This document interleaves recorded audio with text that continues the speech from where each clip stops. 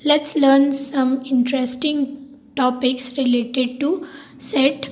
The very first one is Venn diagrams. British logician John Venn was the first to use closed figures to represent set.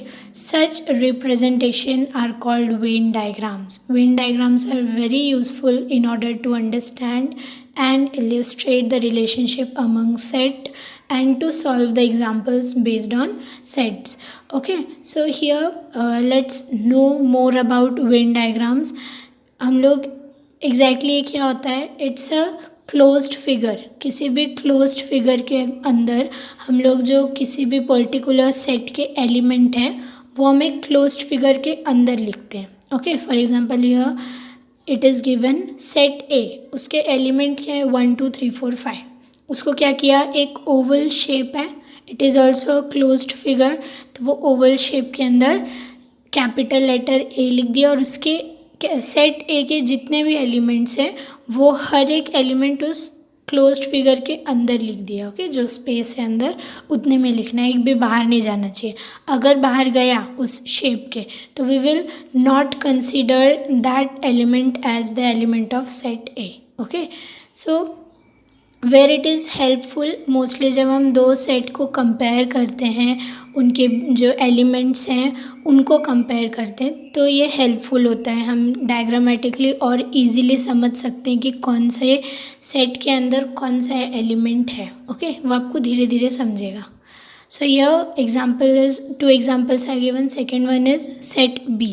So set B is a set of all x and x is less than or equals to 0 and greater than or equals to -1 and x is an integer. तो ऐसे कौन कौन से numbers आएंगे, 0 से छोटे और equals to भी, दैट मीन 0 भी उसमें होना चाहिए. तो 0 से और -10 से बड़े और -10 भी उसमें होना चाहिए. तो -10 to 0 जितने भी नंबर्स हैं, -1 -2 -3 -4 -5 -6 -7 -8 -9 -10 और 0 भी. सो ये सब हम किसी भी एक पर्टिकुलर, आप कोई भी शेप डिसाइड कर लो और उस शेप के अंदर आप लिख सकते हो सारे element. Okay, so next very important topic is subset. Okay, what is subset? If A and B are two given set and every element of set B is also an element of set A, then B is a subset of A, which is symbolically written as B is वो जो symbol है वो क्या है, subset का symbol है. तो B is a subset of A. It is read as B is a subset of A or B subset A. Okay, तो सबसेट क्या होता है एग्जैक्टली. यहाँ पर आपको दो एग्जांपल्स दिया है. सेट ए के एलिमेंट क्या है 1 2 3 4 5 6 7 8. ओके, और सेट बी के एलिमेंट्स क्या हैं 2 4 6 8. ए में जितने भी नंबर हैं उसमें से जो इवन नंबर्स हैं वो सब के सब इवन नंबर सेट बी में है. दैट मीन्स जो भी बी के नंबर है वो सब ए में प्रेजेंट है. तो हम ऐसा बोल सकते हैं कि जो बी है, बी के सब एलिमेंट ए में, तो बी एक पार्ट है ए का. ओके, तो उसे हम ऐसा बोल सकते हैं कि it is a subset of A. और हम लिखेंगे कैसे, आपको इधर सबसेट का सिंबल दिख रहा होगा. So this is the way of writing B subset A. वो जो उसका ओपन माउथ है वो जो सुपीरियर सेट है, मतलब ए में ज़्यादा एलिमेंट्स हैं और बी के सब एलिमेंट्स ए के अंडर आते हैं. सो जो सुपीरियर सेट है उसके तरफ वो ओपन माउथ होना चाहिए. ओके, एंड यहाँ आपको वेन डायग्राम भी दिख रहा होगा. तो आप अगर वेन डायग्राम को देखेंगे, सिर्फ आपको एग्जाम में वेन डायग्राम भी दिया तो आप समझ जाओगे कि इसमें जो ए सेट है, जो भी बी के एलिमेंट्स हैं वो सब ए के अंदर आएंगे. बिकॉज हमने क्या बोला था, जो भी हमारा डायग्राम रहेगा उसके अंदर जितने भी एलिमेंट्स हैं सब उस सेट को बिलोंग करेंगे. तो ए के अंदर छोटा वाला सर्कल है ना, तो वो जो सर्कल है उसके अंदर जितने भी एलिमेंट्स हैं वो बी के भी एलिमेंट हैं और ए के भी एलिमेंट हैं. बट जो बाहर वाला जो बड़ा ओवल है उसके जितने एलिमेंट्स हैं वो बी के एलिमेंट नहीं है, बिकॉज वो बी का सब जो सेट है उसके अंदर नहीं आता. ओके, सो ये वेन डायग्राम के थ्रू आपको और इजीली भी समझ सकता है, इसलिए वेन डायग्राम यूज़फुल है ऐसे कंडीशंस में. Next here are some important 4 points जो आपको हमेशा याद रखने हैं. Every set is a subset of itself. कोई भी सेट है वो खुद का सबसेट हो सकता है. Next, empty set is a subset of every set. Empty set means उसमें कोई एलिमेंट ही नहीं है, तो वो किसी का भी सबसेट हो सकता है जिसके अंदर कोई ना कोई एलिमेंट है ऐसे सेट का. Third one is if A equals to B then set A is a subset of B and set B is a subset of A. अगर कोई दो सेट हैं जिनके पूरे एलिमेंट्स एकदम सेम हैं तो वो एक दूसरे के सबसेट होते हैं. Okay. Fourth one is if set A is a subset of B and B is a subset of A then A equals to B. तो वो थर्ड पॉइंट का वाइस वर्सा मीन्स अगर दो सेट हैं वो एक दूसरे के सब सेट हैं दैट मीन्स वो दोनों इक्वल सेट भी हैं बिकॉज उनके सब एलिमेंट्स इक्वल होंगे तभी दोनों एक दूसरे के सब सेट हैं. Next, the most important topic in set is universal set. A universal set is a set which contains all the objects including itself. Sets under consideration of universal set are the subsets of universal set. Universal set is denoted by U. This means कि जो universal set होता है वो सबसे बड़ा होता है और सब जितने भी सेट होंगे वो उसके अंडर आएंगे, वो उसके सब सेट होंगे एंड वो सबसे बड़ा है इसलिए उसका नाम क्या है यूनिवर्सल सेट और it is denoted by capital letter U. So here one example is given. A is a set of physics laboratory in your school. B is a set of chemistry laboratory in your school. C is a set of biology laboratory in your school. And जो U है वो क्या है? It is a set of laboratories in your school. So जितने भी laboratories है सब किसके अंडर आएंगे? U. तो वो चाहे फिजिक्स लेबोरेटरी हो, केमिस्ट्री हो या बायोलॉजी हो, जितने भी स्कूल के लेबोरेटरीज़ हैं हमने सबका बात किस में किया? U. तो वो सब लेबोरेटरी U के एलिमेंट है. उसके बाद हमने एक सेट का बात किया कि set A is only about physics, then B is only about chemistry and C is only about biology. तो ये फिज़िक्स, केमिस्ट्री, बायोलॉजी ये अपने आप U के अंदर आते ही हैं. Okay. So that's why it can be seen that A is a subset of U, B is a subset of U and C is a subset of U. So set U is the universal set of set A, B and C. इन सब sets का universal set कौन है?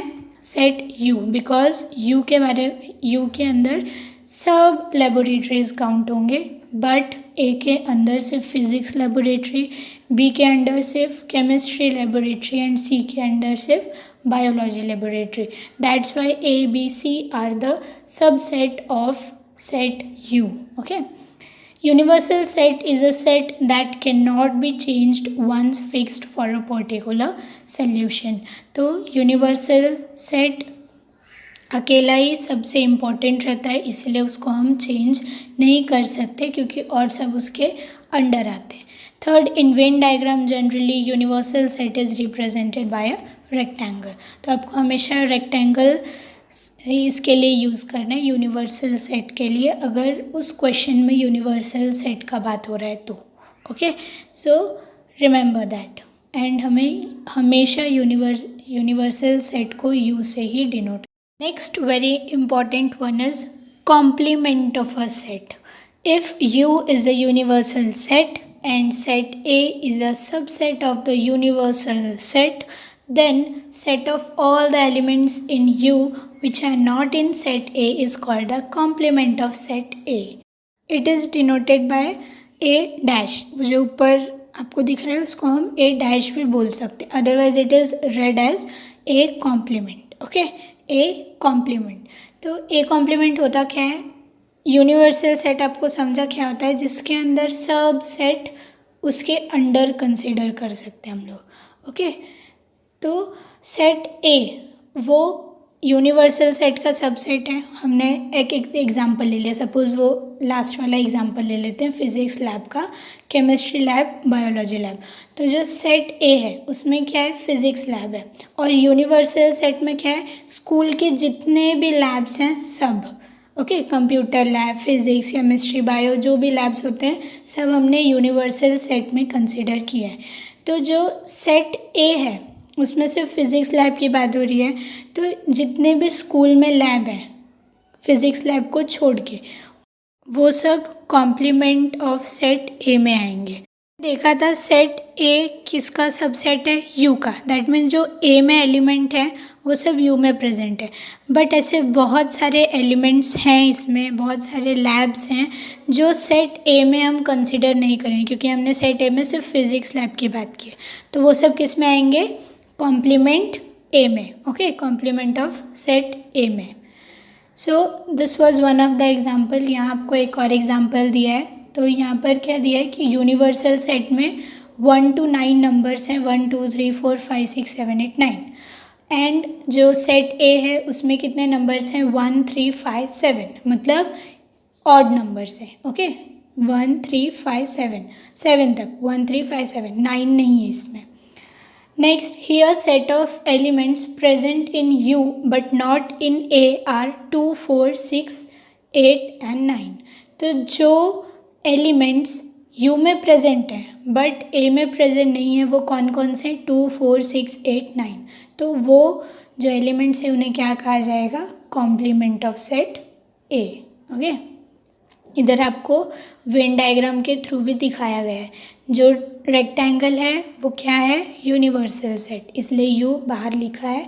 फिर अंदर circle में जो set ए के elements हैं वो लिखे गए हैं, और ए में प्रेजेंट है बट ए में एब्सेंट है बट यू में प्रेजेंट है, ऐसे जो भी नंबर्स हैं वो किस में रहेंगे, कॉम्प्लीमेंट ऑफ ए में। तो वो ऐसे दिखा है, ओके, बीच में क्या कॉम्प्लीमेंट ऑफ ए लिखा है, इस साइड यूनिवर्सल सेट, और बीच में जो पूरा सर्कल है वो set A, okay. So here some more properties are given of complement of a set.